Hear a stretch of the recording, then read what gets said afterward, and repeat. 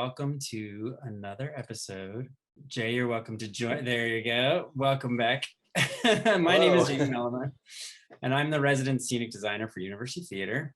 We're happy to have folks joining us tonight, and I want to say thank you to all who's tuned in so far for your support of the arts at NC State and University Theater. Our guest tonight is Jayme Machado, a hard surface modeler at Industrial Light and Magic. Welcome to the show. Thank you. Thank you for having me. Yeah. So this will be a pretty casual chat like they usually are. It's good to see you again. We know each other very tangentially or briefly. We were sat next to each other at a wedding, and that is how we met. So it's very exciting to have our first VFX person on the show to talk about that kind of storytelling, which is really different than the kind of theater stuff we have been talking about. So this is exciting. I'm honored. Yeah, thanks. So I'm going to start off with a basic question, like, Sure. So what is a hard surface modeler, and what does that mean? Like, how does that role fit in for you?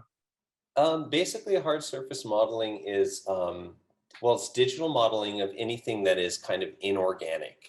So it could be like the table or the computer stuff around you that isn't sculptural, like a say a character or a creature or something. So that's kind of how it gets broken down into basically two disciplines of modeling: hard surface and creature, essentially. Okay, gotcha. Yeah. That's really interesting. So how did you first get started into, like, I guess just art, or because I'm assuming you must have an art background? Yeah, so I actually, I've been drawing since I was like 2 years old. And there was this moment where I used to play this game with my mom where we would draw things together. And she said that at a very early age, I was like surpassing her skill. So it was always kind of in the cards. They always kind of were, my parents were always very supportive of me just being an artist. And, in school, I was always the kid who could draw. Yeah. And eventually, found my way into college, which I studied art, graduated with a degree in illustration. But I was really into film, and I wanted to do concept art at that time. In high school, I was all about comics, and now comic book movies are like the only movies that are really going on nowadays.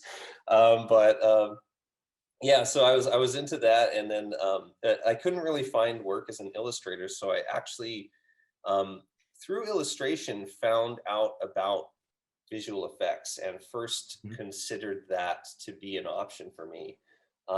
I discovered this program called Zbrush, which is a digital sculpting program. And I thought, hey, this is great. I can make things and enhance my illustration with basically digital models.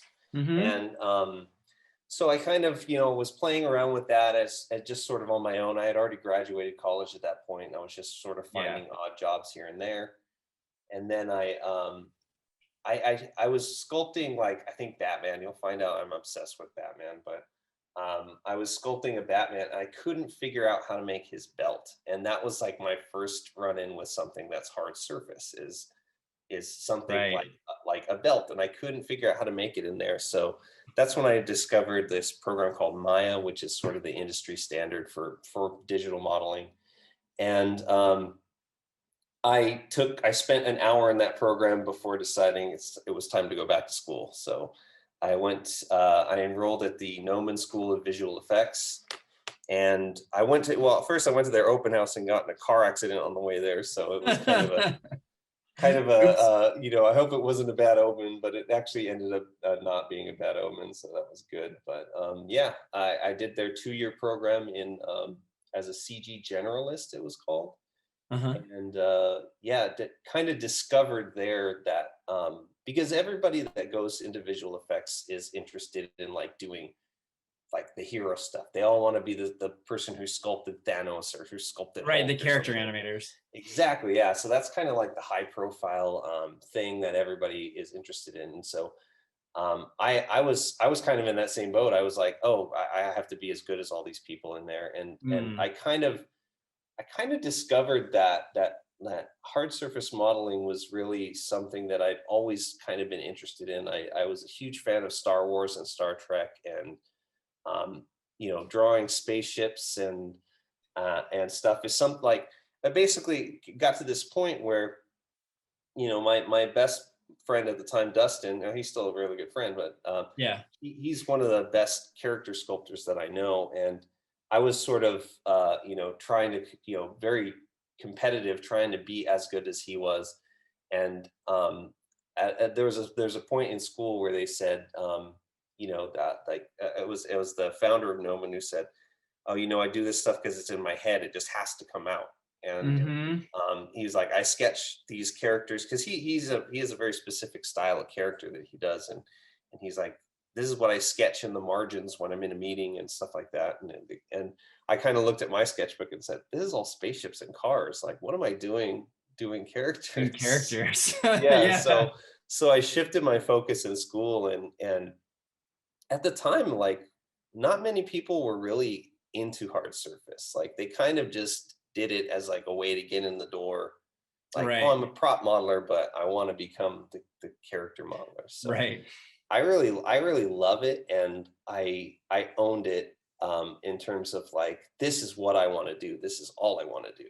Right. So that's kind of what caught the attention of my model soup at the time at ILM. Was he was like, we needed dedicated hard surface modelers, instead of just people trying to sneak in. Sneak in So the back door. yeah, exactly. So that's kind of like how I got into it, and got to ILM, was through that. I mean, I had a few other jobs before ILM, but Yeah, yeah, it was cool. that's great. Yeah. So, is that a typical sort of career path for someone in your field, or is that like, In terms of like visual effects school, or yeah, like the yeah, would people sort of come to it organically, or is most everybody doing it like a this is lot what I of want to do, or Yeah, I mean, there definitely are schools that specialize in it. I know there's Mhm. like Ringling in Florida, Noman's the big one out here in Hollywood, but most schools will have that have an animation program, will have modeling classes and stuff like that, Yeah, and it's there's this huge community of people out there. There's free softwares that you can use. That Blender's a real popular free software for modeling. And that has a huge community that comes with it, of people that just do it as a hobby, or that sort of thing. So like, there's definitely ways of learning it, outside of just going to a school. right. Um, and yeah, I mean, some of the best, like, most impressive modelers I know, like, just do it for fun, and um, you know, create these amazing models that they just for shits and giggles, I guess. Sorry. Yeah, no, I've seen, like, I follow various things all across the Instagram, of course, like everybody. Yeah, Some of them are things like that, and it's just insane what, some of them are trying to make it a career, I think, and some of them are just doing it because they got to do it, and that's kind of amazing. yeah. It's the career, honestly, is not enough for me. I actually go home at the end of the day and do more modeling and like more stuff like that. I'm just like, I don't know. It's like a creative itch that I have to scratch, and it's the only way to do it. That's exciting, though. Yeah. That's cool. So, like, I know, like, for theater, collaboration is huge, right? Like, Mhm. it's lots of cooks in the kitchen and lots of folks contributing, Mhm. and usually someone driving that ship. It sounds like, my understanding is film and VFX are probably pretty similar. Is that true, or what? Oh, absolutely. Yeah, it definitely takes a village. The typical spaceship that I would work on will have been designed in art department, feedback from the director. It goes through this whole process before it even comes to my desk. And Right. then at that point, I'm basically taking what was sort of visualized in art department. Sometimes they model as well. Art Mm-hmm. department have modeling capabilities. And I basically am tasked with making it into what's called an asset. So the asset is like, it has to be all buttoned up. They have to be able to press render and it looks great. Right. So, but beyond that, I mean, once the thing is modeled, it needs to be textured. So it's basically like recreating what like it would look like in the real world, like real Right. lighting. What is the surface quality of this thing basically? So that's a process that happens.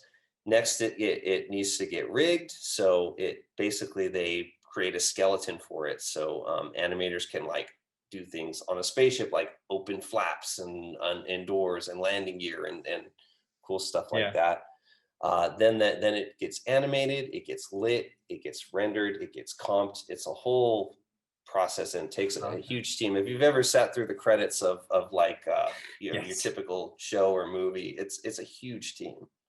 So, Yeah. yeah.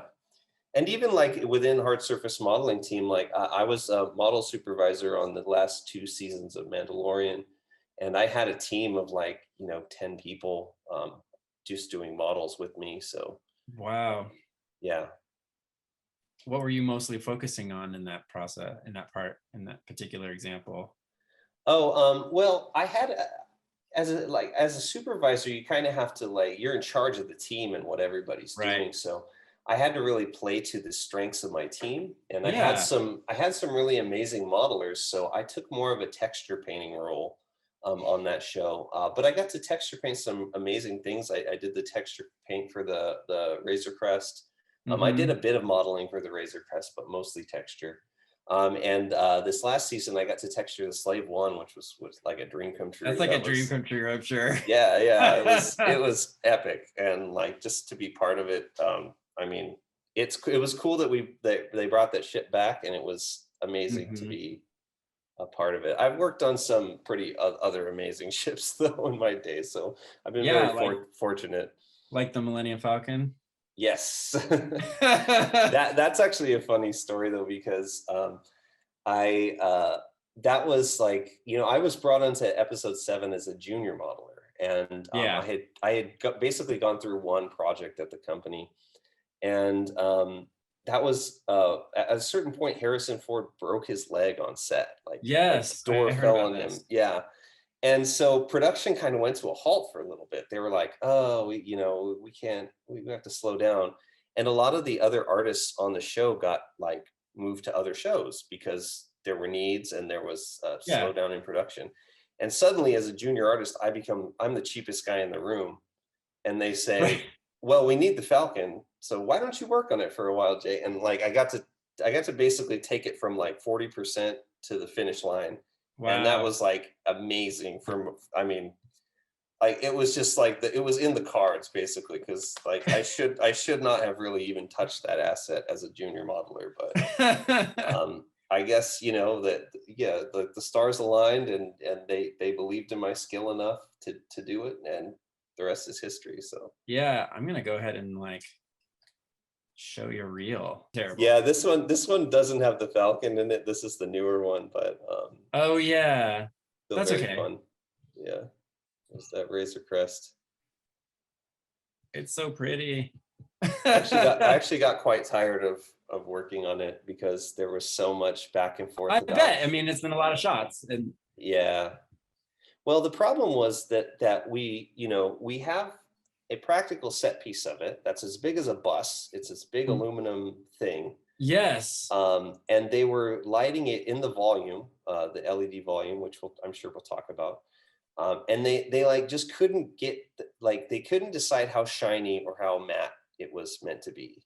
And so right. there was all this iteration about, can you make it a bit shinier, a little more grungy, a little more clean, and it just kept going back and forth.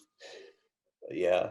For Slave One, it was like we recreated the model, pretty much the original model, and then it was like, yeah, but we need more detail. We need more detail, and it kept going You and keep going. adding some more detail. Yeah, but I mean, the miniature is about like that big, so it makes sense that you would need to, like, when Yeah. you're zooming way in on something, you have to Yeah.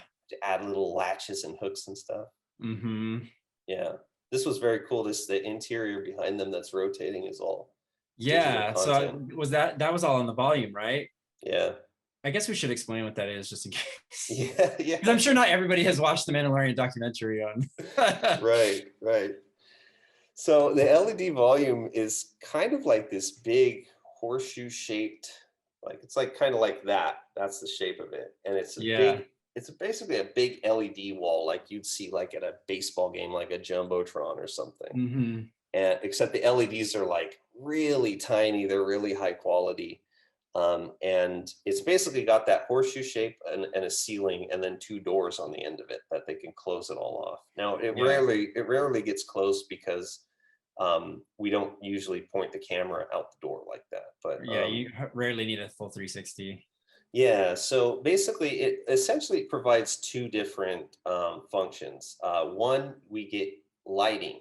So Yeah. if you ever seen anything that's done on a green screen, and for someone like Mando, who's got this basically chrome helmet, Yeah. you would basically see all that green screen reflected in his helmet.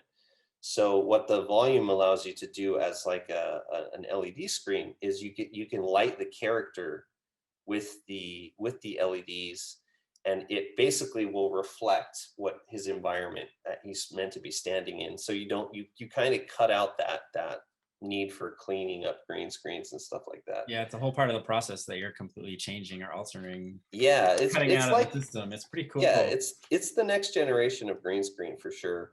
Yeah. The other thing that it does too is it actually tracks the camera in space. So as you move the camera, you'll see this rectangle up on the LED volume, and that's where it goes super high res.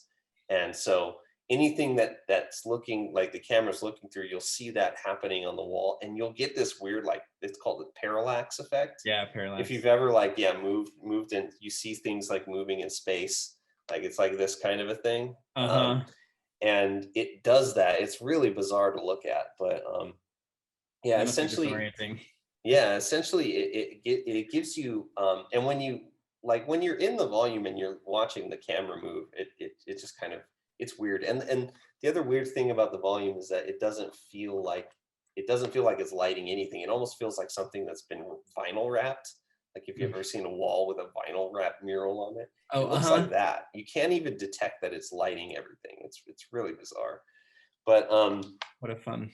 What it allows you to do is like when it tracks that camera is you can see if you look through the monitors, like what the camera is seeing, it just looks real. It's crazy. But yeah, it's super exciting technology. I'm actually on stage right now. And the volume is right over there. How exciting. I can't see it or anything. Obviously it's inside, but are you allowed to tell us what you're working on? Yeah, I'm on the Obi-Wan TV show that is going to be coming out, I think, next year. So that's exciting. Very exciting stuff. Yeah, it's kind of interesting. It's a different crew than the Mandalorian, so we're still kind of all learning and that sort of thing. But it's very exciting project to be on. Yeah, I'm excited to see it. I'm looking forward to it. yeah, it'll be cool. There's some cool stuff. So, is it stressful for you or intimidating to be engaging with all this, such large profile projects and properties, or have you like sort of gotten used to it now? You know what's weird about it is, when I first got to ILM, yeah, I was very like nervous and excited, but to be around people that are veterans of the industry and like been doing this for years, you know, in some cases up to 40 years, and seeing how they're so comfortable with it and getting to know them, and then kind of there's this give and take of like what your skill is and how they recognize your skill, and you kind of just become comfortable. Yeah. And like it's interesting, like a lot of the interactions that we have, even with like directors and stuff, that you know, that first time that I talked with the director for this show, it was like you feel starstruck and you're like, oh my God, this person's like famous, like right. People know this and like, who am I, you know? And it's kind of a weird feeling, but then like we just get to work, And then Yeah. we're going through our dailies we do these scouts in VR to like feel out the spaces that we're building for the volume and stuff like that, and look at spaceships and stuff with them. And once you sort of see, just they're just there making decisions and sort of giving you creative feedback, Yeah. and it just becomes like a usual thing. Yeah. The more time you spend with them, it's kind of just like, oh, this is just how it goes. Yeah. So it doesn't feel stressful in that sense. That's good. There's a certain amount of like time crunches and deadlines and getting stuff Yeah. finished, and Yeah. yeah, so that's kind of where the stress comes in. There are sometimes long hours and stuff like that, but usually they try to plan everything out. We have these whole teams dedicated to scheduling and production Right. and all that. So yeah, they really try to make it all work. It's like herding cats, but it Yeah. works. Yeah. Of course. Yeah. Are there specific complications or specific complications involved with dealing with like IPs and other legacy works like Star Wars? Like you mentioned, like using the Slave One model. Is that like helpful, or is that add complications versus creating something from scratch? Well, the complications with using something like a legacy Star Wars asset now is that model, like we are part of Disney, and that model Yeah. is technically owned by Lucasfilm. So there Mhm. is a bit of red tape with like getting Ah, access to the model and stuff like that. Um, gotcha. what's weird about this is like um, there's a Lucasfilm production component to this, and ILM is actually like a part of Lucasfilm, but it's a separate crew. So Right. there's a bunch of weird stuff like that you kind of have to get used to. Yeah. In terms of like using Star Wars like models, like what ships to use and stuff, those decisions are made way above my Oh yeah, head. yeah, yeah, sure. And anytime we like suggest oh, it's like, hey, we need some ships for the background, like what ships are available, stuff like that, those have to go through like different levels of approvals and stuff like that. Yeah, So like yeah. for something like with this IP, that we can't just arbitrarily pick a ship, because they might be saying, oh, well, that's actually the hero ship in this other show, and you guys can't use it. So Right. there's all kinds of stuff going on at high levels like that we just have to get that sort of clearance and stuff. Yeah. People It's pretty tracking all interesting. of those properties and what's used where and Yeah, and then goodness. Pablo Hidalgo writing like all the explanations of it in the books and stuff, like what it Right. is and naming it, and yeah, that kind of stuff. Yeah. That's kind of that was kind of an interesting part of the process for me, is I grew up on those books, like the visual dictionaries and all that stuff, Yes. and then you find out that like that stuff all gets written after. Like, Yeah. like we'll deal with like, oh, this is the new ship, and we'll have some code name for it, and then like the proper name you might not even see it till you see in the theater, because you're just like, oh, I guess that's what that's called. Okay. Well, usually behind before that, but like Yeah. the minutia, like weaponry and stuff, like none of that gets named until Pablo gets his hands on it. Yeah, it's funny. That's really interesting. What has been the most exciting or maybe your favorite project that you've worked on in recent, well, whatever, I guess we'll go with ever. They You kind of like, it levels up every time, so each Right. project becomes more and more exciting. This project's well, The Mandalorian was really exciting to work on, because it was like this new thing. Yes. It was yeah, something we never seen before. It was new tech, which was really exciting.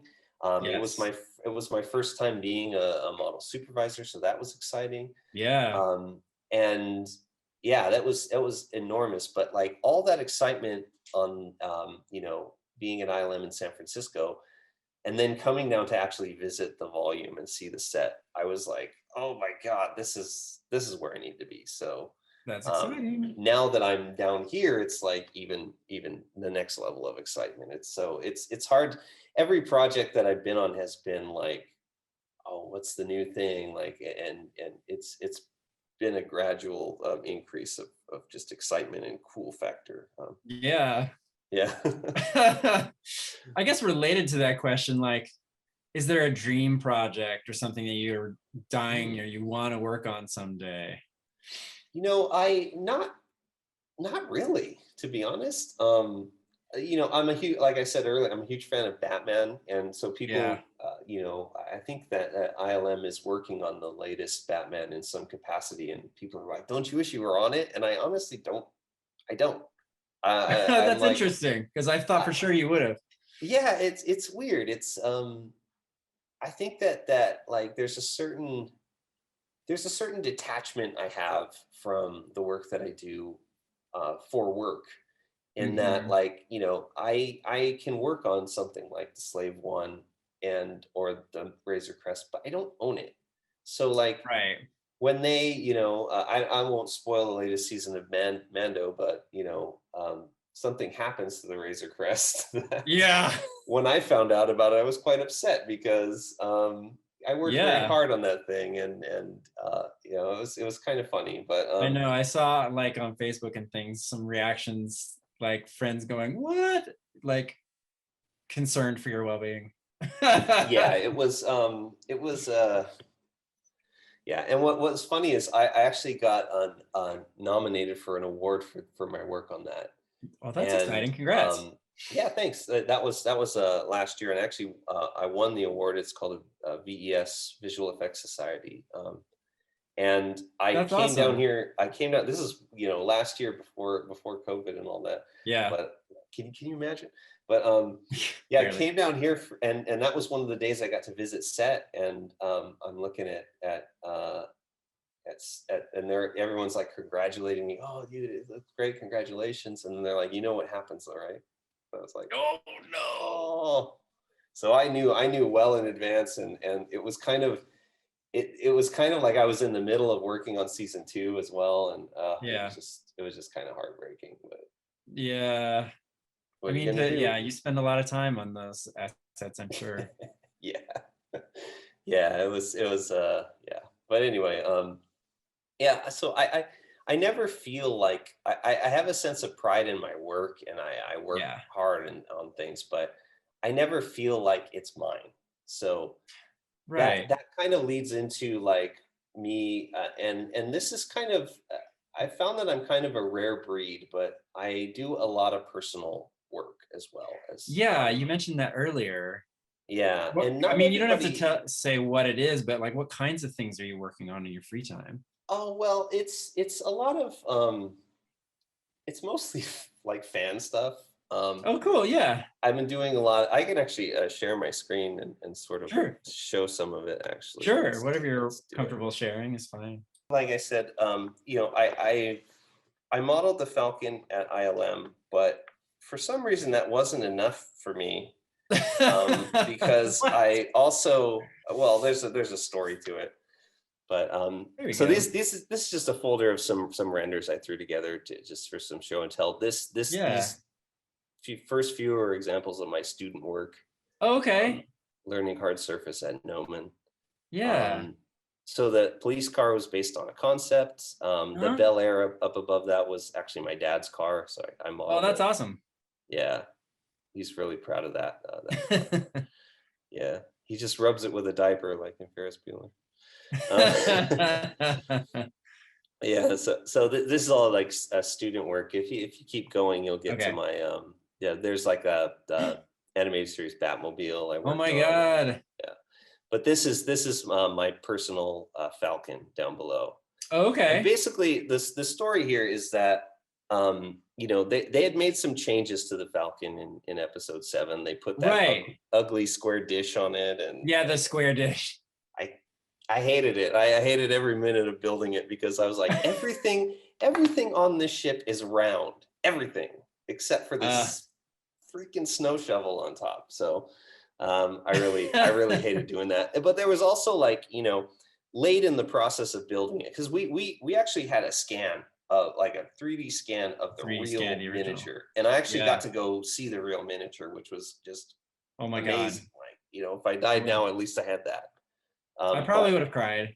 Yeah, it was like that. It was like that. And you know, we had a 3D scan of it, and that's what I built the asset for ILM with. But late in the process, I discovered this forum called the Replica Prop Forum, and this is a group of people who basically recreate movie props and miniatures and stuff like that. And I found all this reference that some group of people had figured out every model kit that was used to kit bash on the Millennium Falcon. Oh my gosh. And they had, on top of that's that, 30 years of crazy. Yeah. Like, I mean, in a good way, but yeah, like. Yeah. On can top you explain of that, what kit bashing is, Crook, for folks who might not know? Yeah. So how they and this is a term that is you know, an industry term. Yeah. But basically what it is back in the day when they were building these miniatures, to give them a sense of scale, they actually used model kit parts. Like you have a sprue of model kit parts, and they cut the little detail parts off and glued them onto these spaceships to give them like a sense of functionality and detail. It basically, like, it's almost like visual noise, but the term that for that is greebles. And or also, you know, you hear some people say nurnies or gack or that sort of thing. But gack, greebles, I've heard gack.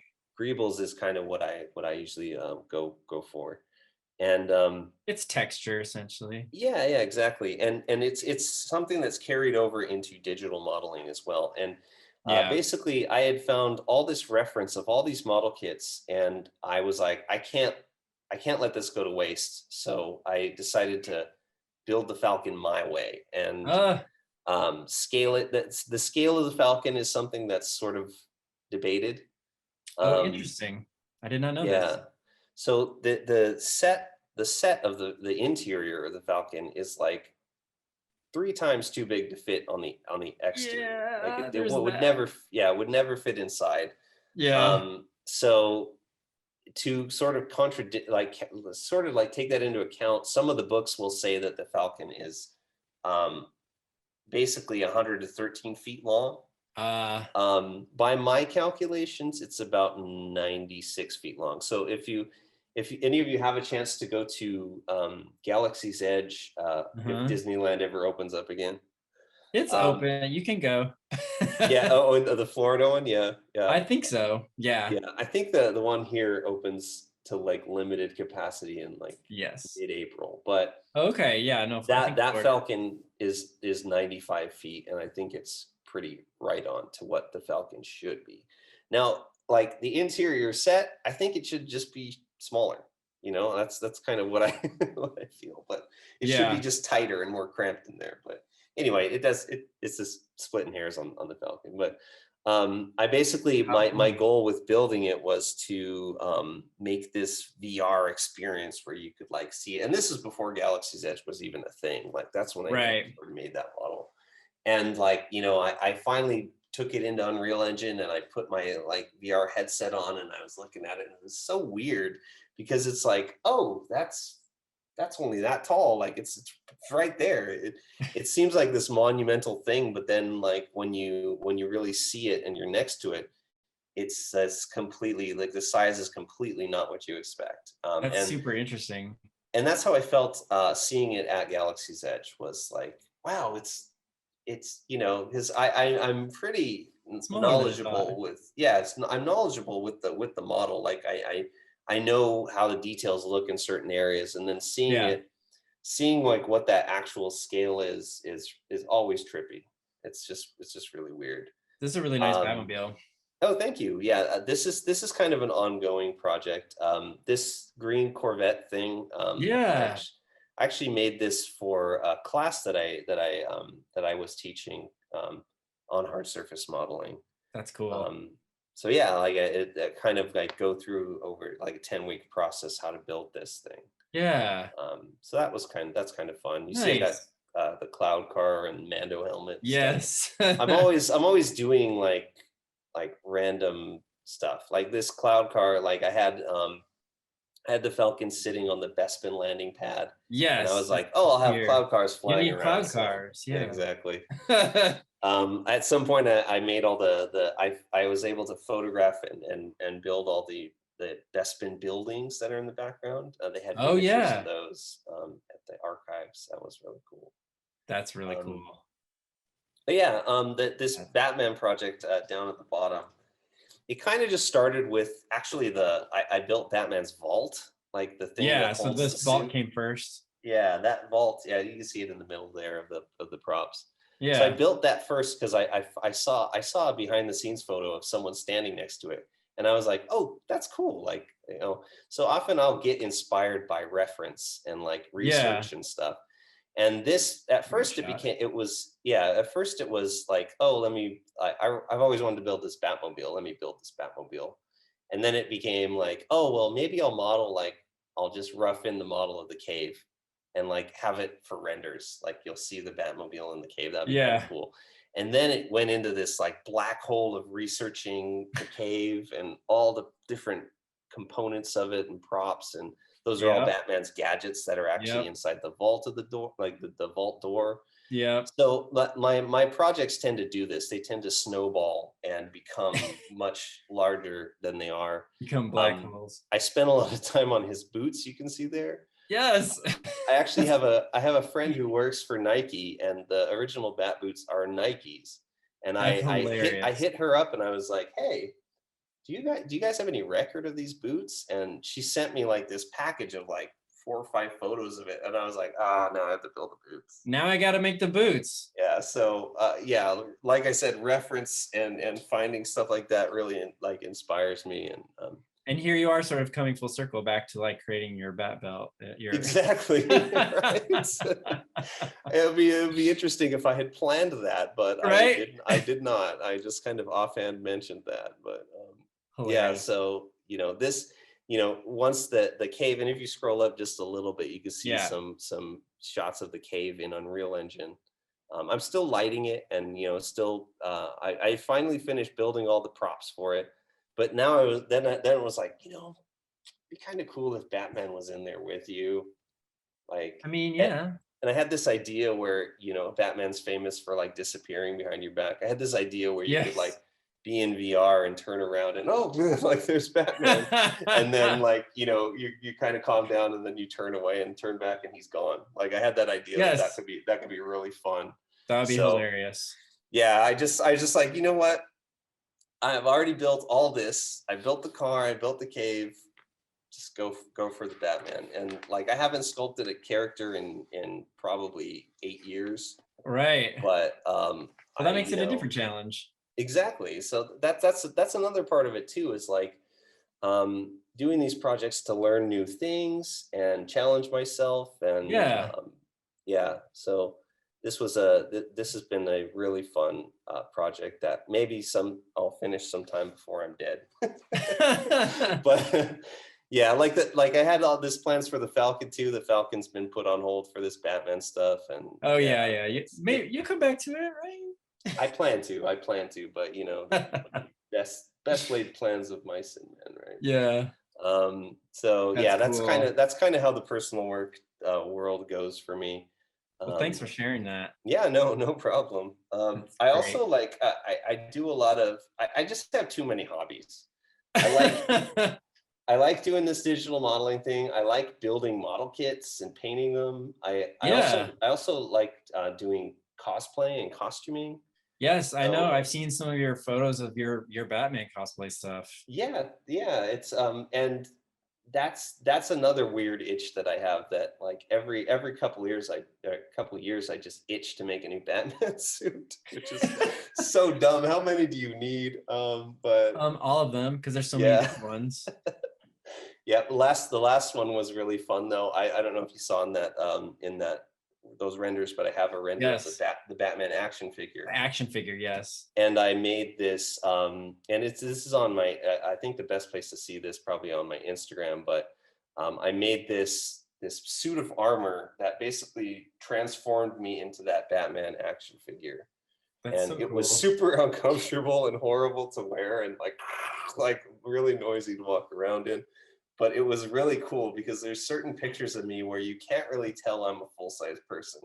And I That's thought pretty that cool. was just, yeah, it was such a fun thing to do. And what's great about like doing the 3D modeling and is 3D printing, and I can like Yeah, basically create anything I can think of and print it out and have it be physical, and make costumes and stuff with it, which is super that's pretty amazing that all of that fun. exists and can be used for like the most interesting and random things, like creating, uh, making yourself into a Batman action figure. Yeah. Yeah, I love it. Like, and I've done other crazy things too. Like, I made some of those stilts that give you those dog legs and stuff like that. Like Oh yeah, the yeah. backwards legs. I Uh-huh. did that for a while, and I made a Pan's Labyrinth suit for that. And Oh, that's cool. yeah, lots of fun stuff. And it gets more stupid and expensive every year, but I can't seem to stop myself. So That's a lot of fun. that's fair. I mean, I mean, gotta have hobbies. Yeah. Why not make Right? them like exciting and interesting and crazy? Well, the flip side of that is never finishing anything. But Well, yeah, there's that. yeah. Okay, so I'm gonna try and get back to some of the questions. Yeah, yeah. Sorry about that. No, it's great. Um, They're rambly. we've touched on it a couple times very briefly, but how has like COVID impacted you, Mm. what you've been doing or how you've been working? So when that all hit and the quarantine started, it was kind of sad because we had just hired this new texture artist, Oh, and I was yeah. showing her around the building, and then that's kind of when we got the whole, you guys got to go home, and I was like, well, that was the building. Oh no, that like literally that day. Yeah, it was kind of, Wow. it was funny, but Oh no. yeah, so we worked from home basically since last March, like everybody, but Hmm. we were able to like I was really impressed with ILM's ability to kind of get everything up and running. And we were doing dailies over Google Meets, Hmm. and they had set up like a high res, like you could actually view the daily session on your monitor without any like artifacting or anything. It was really clear and crisp, and that Wow, was really cool.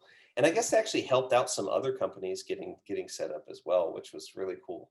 that's great. But yeah, like it sort of like within probably a week or two, we were all just, it was just normal.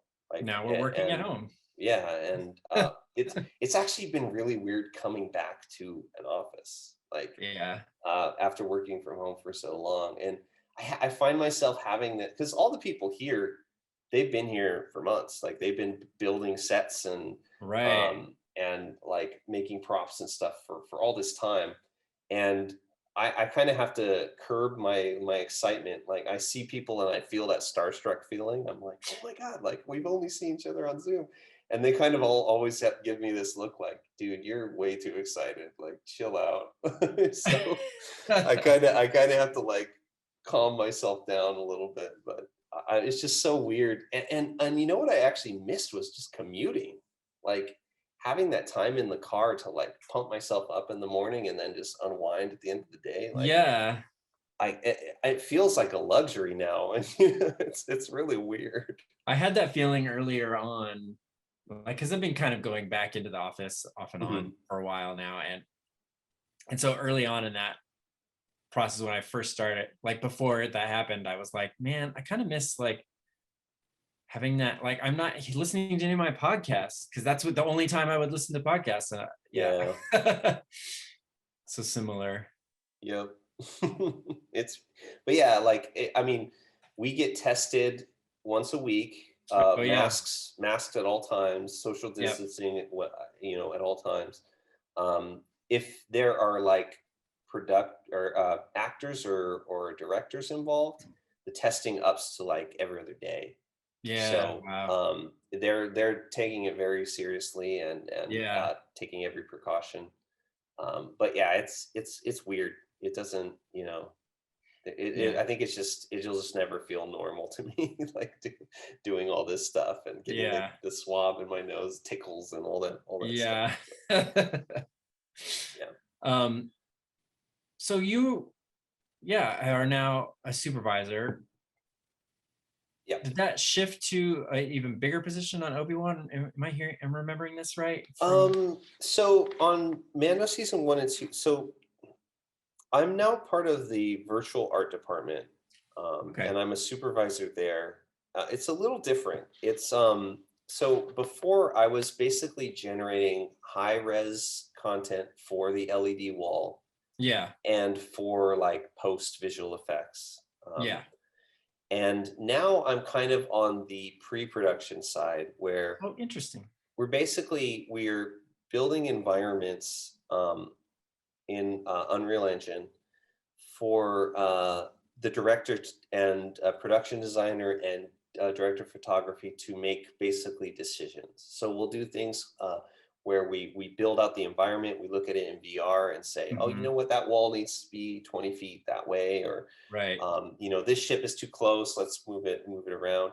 And then we'll do pre-lights with the director DP, director of photography, where he'll go, let's put like a warm light up here, and like let's uplight this with like a softbox and stuff like that. We'll make decisions like that, and then that basically goes to the team at ILM that builds the high res content for the wall. Right. So I'm a little bit more client facing this time. I'm a little bit, I'm dealing with that decision making process, whereas before it was kind of like the decisions were made and I just did the thing. Right. So it's been an interesting change in that respect. But I mean, I'm just excited to be near all this excitement and like drooling over props and set pieces and stuff, just because I have that kind of like liking to make things and build things. Yes. Just I got to see at one point like all the molds that were being made for like guns and stuff, and like I was just like, oh my god, look at all that because of silicone and stuff. And yeah, just getting excited about stuff like that. So like whatever like weirdness or that sort of thing, getting used to on this side of things, it's definitely worth it for me. Yeah, it's cool. That's great. Is being a supervisor or managing or supervising other people something that you would like set out to do, or have you just sort of kind of slowly fallen into that over time? Well, it's not something that I like ever imagined doing. Like wasn't my goal. Right. But I found kind of quickly that I was kind of well suited for it. Just it takes a lot of communication skills, yes, which are huge. I think that a positive attitude is also just helpful. And some people that are very salty about things and stuff, like they just wouldn't be able to do supervising, because there's a lot of stuff that comes down from above and your hands are tied, and as an artist you could just go, that's stupid, but as a supervisor you have to like communicate that to your team and all that sort of stuff. There's also that component of like I mentioned earlier, a component of using people for their skills. So sort of assigning people tasks that like are well suited to what they're doing.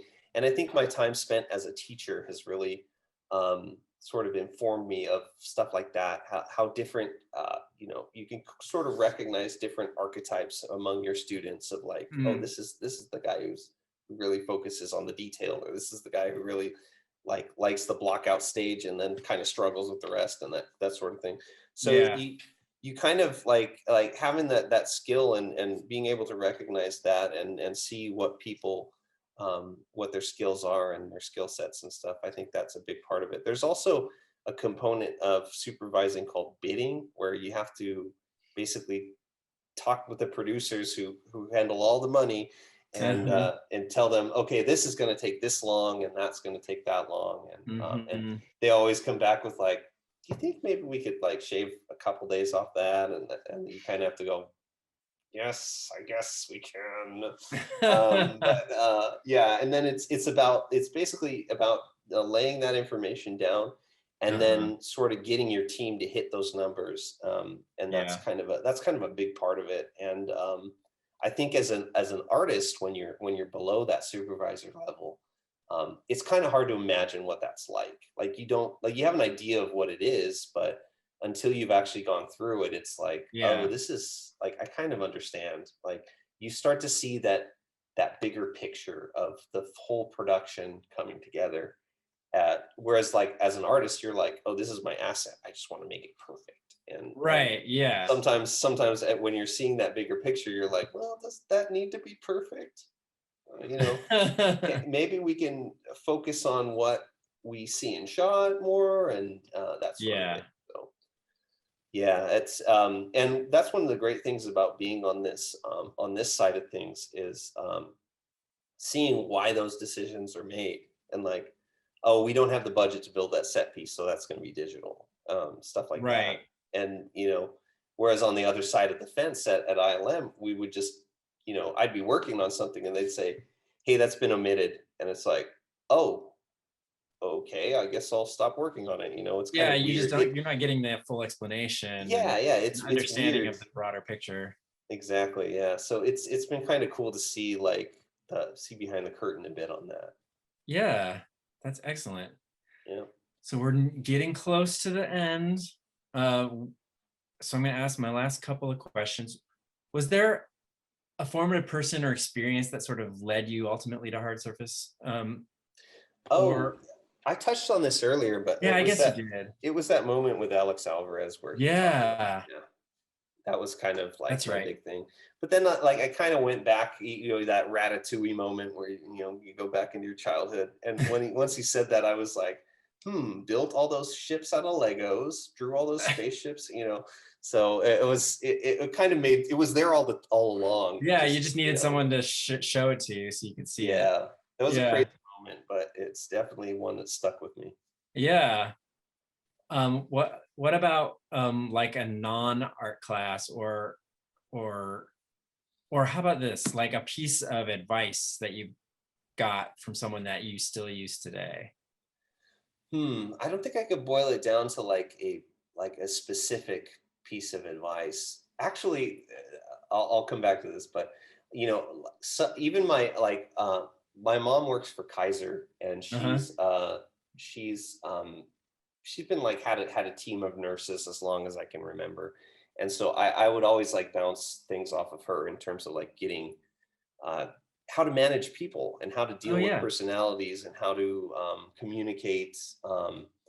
So I would bounce a lot of ideas off of her. But one of the quotes that I've really like found endearing at the time, and I still kind of use it, is I was working at Target as a Mhm. college student, and they would have us do things, and sometimes you'd feel upset. You're like, well, I'm doing this, why are they having me and there was this older gentleman I worked with, and he just like sort of put his hand on my shoulder and said, they play the music and we just dance. And I was like, oh man, like that. So I still kind of use that, like, even though Yeah. like I want to make this spaceship or whatever I'm working on, I want to make it my own.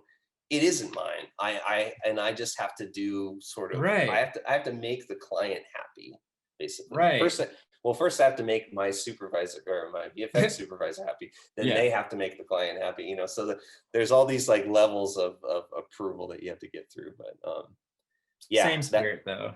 exactly. It's at a certain point it just becomes, just do your job. So yeah, that one kind of stuck with me too.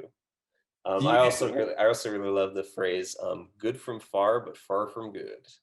So good that from kind of describes some models. Sometimes it's like, we're just gonna see this from the distance, so we just need to make yeah, it good enough. that's so Sometimes. true in theater too, I have to say. Like I mean, most everything that we're building is meant to be viewed from a fair amount of distance. So it's like Yeah, yeah. it doesn't have to be perfect. It just It's has to like be, it's like matte paintings, right? Like yeah, if you ever see what a matte painting is from a film, and yeah, like without the motion or with the little cutout for where the action's going to be. They're really loose and painterly, and it's shocking how yeah, loose they seem. your eye is just fooled. Yeah, like like Jenny took me through, and Adam took me through ILM, and I saw a lot of the matte paintings that they have on display there, and I'm just like shocked at how painterly they are. It's crazy. It's awesome. So okay, last question. Okay. What would you say to students or anybody who's just starting out or interested in 3D modeling? Like, do you have a piece of advice you'd give them to like get them rolling, or that just any advice you would give folks who are interested in VFX on that front? I mean, I would just start binge watching tutorials. There's tons of info out there. Get yourself a copy of Blender, which is free. You could model, you could do everything in Blender. Now, Blender's, it's dangerous though, because it's not the industry standard. Right. Like but those skills that you learn in there are transferable to something like Maya. And, you know, yeah, I think that, you know, just diving in and playing with stuff. And yeah, you're going to be terrible at first. But that's like anything else. Like, I think the first thing that we had to model in school was our bedroom. And it was like, it's just a box, and it's just a box for your bed and a box for the nightstand and stuff like that. Yeah. So you kind of have to start small, and then you work your way up to the Millennium Falcon, you know, it's like, and honestly, like I mentioned, I was in that 2-year program. The first year and a half of that, like my work in there sucked. Like it was bad.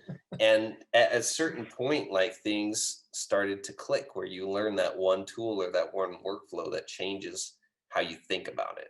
Yeah. And that's, it just all stems from experience, but also like collaborating with others and being in a studio environment has taught me a ton. Feedback. So helpful. You know, as you find these communities of people, collaborate with them, like sort of, you know, engage in like ArtStation, for example, has challenges and stuff that you can do. Cool. And, you know, there's other forums like Polycount if you're into gaming.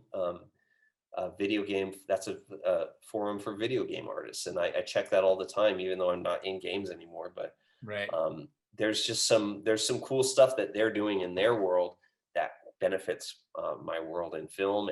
And honestly, the lines in between real time and offline rendering are converging. Yeah. So just be hungry to learn and look for all the information you can find. I mean, like, and that just goes for everything. Even if you're modeling the Batcave and you're like, oh, you know, what kind of like prop was it in that corner, you know, like maybe I could find another angle of it. Let me just search for it, you know. Yeah, I was talking with our mutual friend Adam Ely, and he's like, if I don't know something, I just like YouTube it. Like someone has made a tutorial, right? Like someone has done this and knows the answer. And so teach yourself the stuff, figure it out. Or just, you know, like meet people and ask them. Like somebody knows somebody who knows. So I think that, you know, especially in film production, which is very much a team sport, like you need to get used to talking with people and not being shy about it, and not, you know, not having an ego about like stuff that, you know, like maybe, you know, the nice tool that the other guy doesn't know. And you know, you can't think of it as like, well, I have a leg up because I know this tool. You have to be kind of open with stuff because everybody benefits from it. Yeah. Well, Jay, thank you so much for doing this and being here with us tonight. Absolutely. And audience, folks who are tuning in, thank you for joining us as well. And again, it was lovely to chat with you. Hopefully we'll get to do it again sometime, Jay. Yeah, and I just wanted to sort of say, if you have any questions about my industry or really anything, don't hesitate to reach out. I'm on ArtStation, I'm on Instagram, I'm on pretty much every social media. Oh, my Instagram is Jaysethan, Jaysethan. But if you just search for Jay Machado, you'll find me. Cool. I'm all over the place. You'll find my Crazy Falcon blog. You'll find my other blog. Yeah. So awesome. All right. cool. Well, have a good night, everybody. Thank you again, Jay. We'll talk to you again sometime soon. All right. Bye. Thank you.